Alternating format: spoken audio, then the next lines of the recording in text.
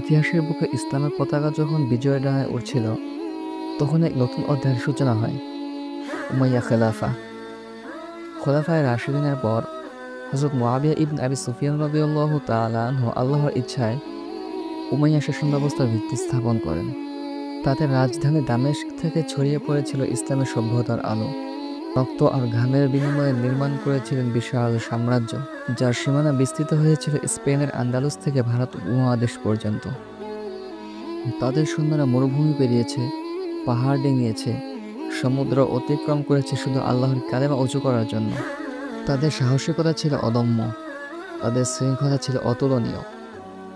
তাদের বিজয় শুধু তরবারির ধারেই আসেনি, এসেছে ন্যায়, ইনসাফ ও সুশাসনের মাধ্যমে।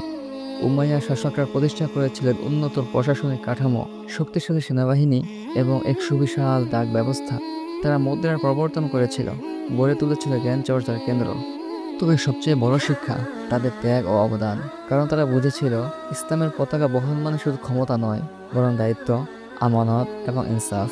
হ্যাঁ, দ্বন্দ্ব ছিল, সংগ্রাম ছিল, কিন্তু ইতিহাস সাক্ষ্য দেয় উমাইয়া খেলাফা ছাড়া ইসলামী ইতিহাসের মানচিত্র অপূর্ণ।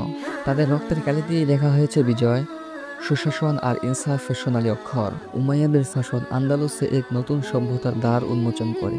কর্ডোবার মহিমান্বিত মসজিদ, গ্রানাডার সৌন্দর্য এবং আন্দালুসের জ্ঞানচর্চা ইসলামের সভ্যতাকে নতুন উচ্চতায় পৌঁছে দেয়।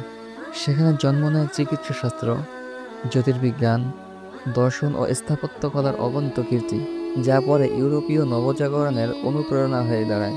তাই উমাইয়া খেলাফা শুধু এক সাম্রাজ্য নয়, বরং ছিল জ্ঞানের আলো এবং সভ্যতার সেতুবন্ধন।